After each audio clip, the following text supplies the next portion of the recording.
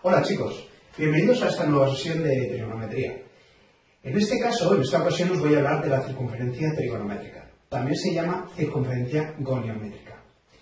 La circunferencia trigonométrica, como veis, es una circunferencia que tiene una particularidad. Profundizaremos más en ella, pero ahora quiero que os quedéis con este concepto.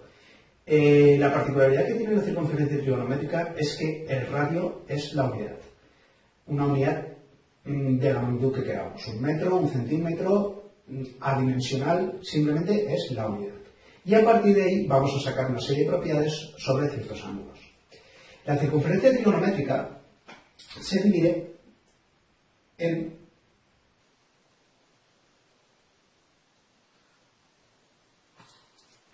cuatro cuadrantes. El primer cuadrante, segundo cuadrante, el tercer cuadrante y el cuarto cuadrante.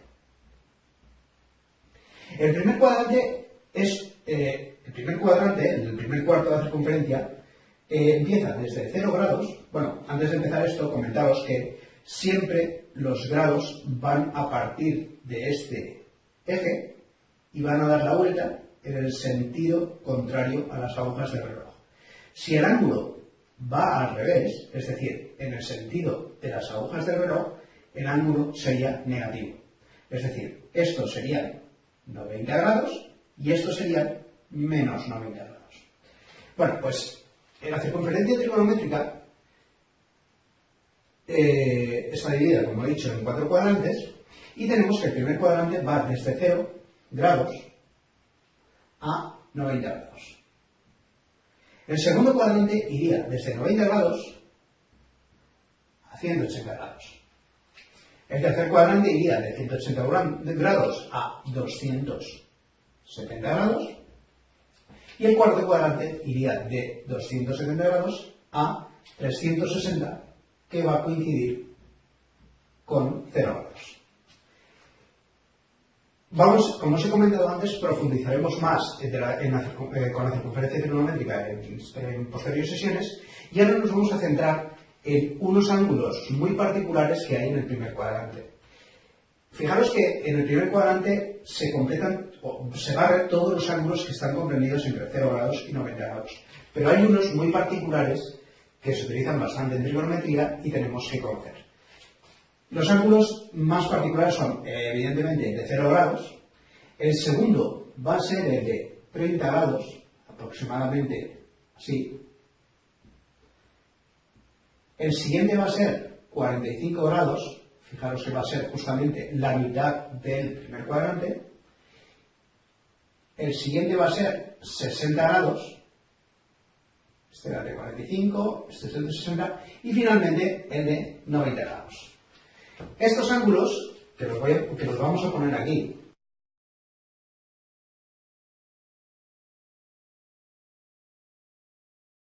he comentado que son los más representativos del primer cuadrante y conviene que no sepamos sus razones trigonométricas. Es decir, nos vamos a tener que saber que su seno cuál es, su coseno cuál es y su tangente cuál es.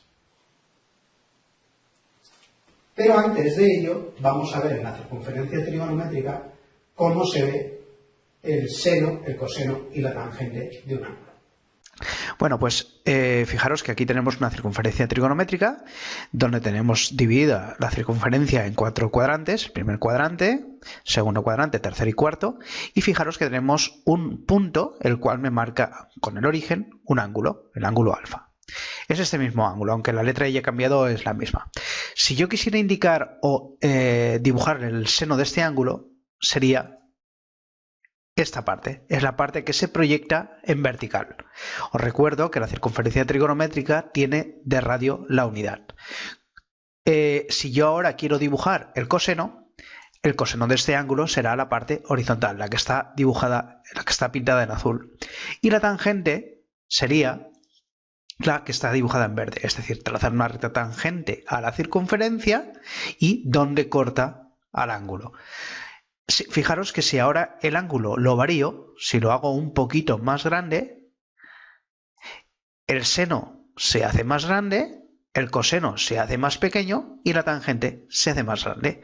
Por el contrario, si el ángulo ahora lo hago más pequeño, fijaros que el seno decrece, se hace más pequeño, el coseno se alarga y la tangente también crece un poquito.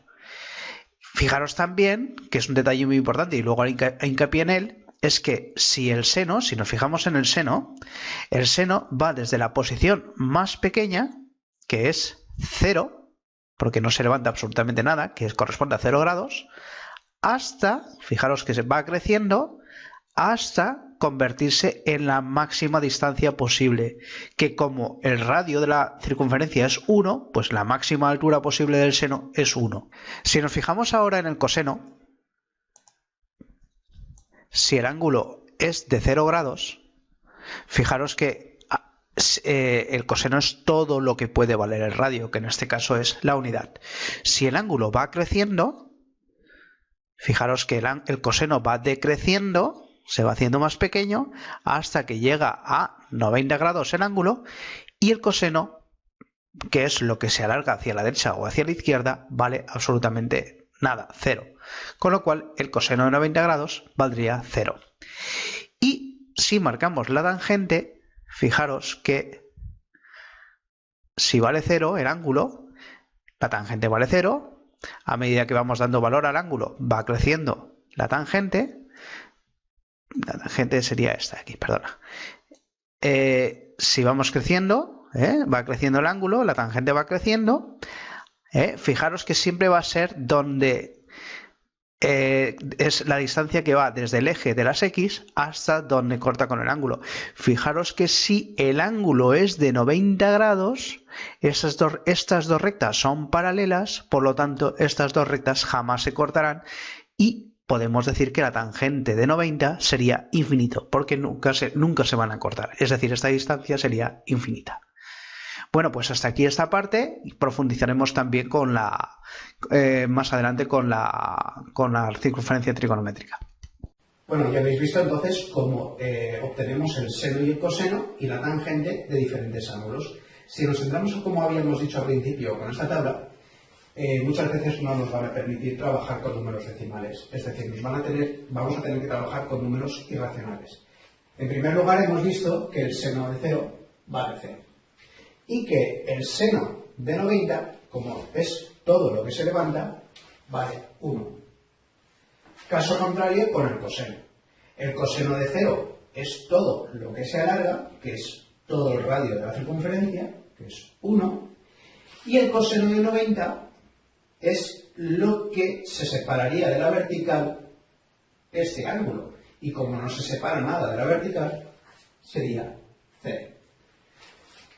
Y los demás, pues tendrían que ser, nos tenemos que aprender que el seno de alfa vale 1 medio, el seno del ángulo 45 grados vale raíz de 2 partido por 2, y el seno de 60 vale raíz de 3 partido por 2. El coseno es justamente al revés. El coseno de 30 valdrá raíz de 3 partido por 2. El coseno de 45 vale raíz de 2 partido por 2. Fijaros que es lógico, porque si yo trazo un ángulo de 45 grados, este cateto, que es el seno, y este cateto, que es el coseno, al ser esto 45 grados, son exactamente iguales. Entonces esto y esto, que es el seno y el coseno, tienen que medir exactamente lo mismo. Y este de aquí sería 1 medio. Y finalmente la tangente, con que os aprendáis estos ya es suficiente, porque fijaros, 0 partido por 1. Como la tangente mediante la segunda relación fundamental es seno partido coseno, tendríamos que 0 partido por 1 es 0. 1 medio partido raíz de 3 medios, si operas me queda raíz de 3 partido por 3. Esto me queda la unidad, este nos queda raíz de 3 y este nos quedaría infinito. Esto se correspondería con que si yo trazo la tangente que es paralela a este eje, como nunca se van a cortar o se cortarían en infinito, la tangente del ángulo de 90 grados es infinita. Bueno, pues eso nos lo vamos a tener que aprender. Si queréis, si me permitís, hay una forma muy sencilla de aprenderlo. Esto que parece muy complicado de aprender y de memorizar es muy sencillo, porque, por ejemplo, en este caso, si os fijáis, hay una reglita, tendríamos raíz de 0 partido por 2 es 0, raíz de 1 partido por 2 es 1/2, raíz de 2 partido por 2 es raíz de 2 partido por 2, raíz de 3 partido por 2, me quedaría eso, y finalmente raíz de 4 partido por 2, como esto es 2, me quedaría 2 partido por 2, 1. Fijaros que si te lo aprendes así, es muy sencillo. Raíz de 0 partido por 2, raíz de 1 partido por 2, raíz de 2 partido por 2, raíz de 3 partido por 2, raíz de 4 partido por 2. Acordaros, para que no quedes un poquito informado. Eso sería la del seno. La del coseno es exactamente igual, pero al revés. Empezando de 90 grados hacia 0. Y la tangente, como ya sabéis que es seno partido por coseno, si yo me sé esta y me sé esta, pues dividiendo tengo la de la tangente. Como veis, es realmente... no es tan difícil aprendérselo o memorizarlo como parece. E insisto que aunque tenemos calculadoras, hay veces que habrán problemas en los que me exigirán que no den números decimales, por lo tanto, al menos de estos ángulos, nos tenemos que saber sus razones trigonométricas principales.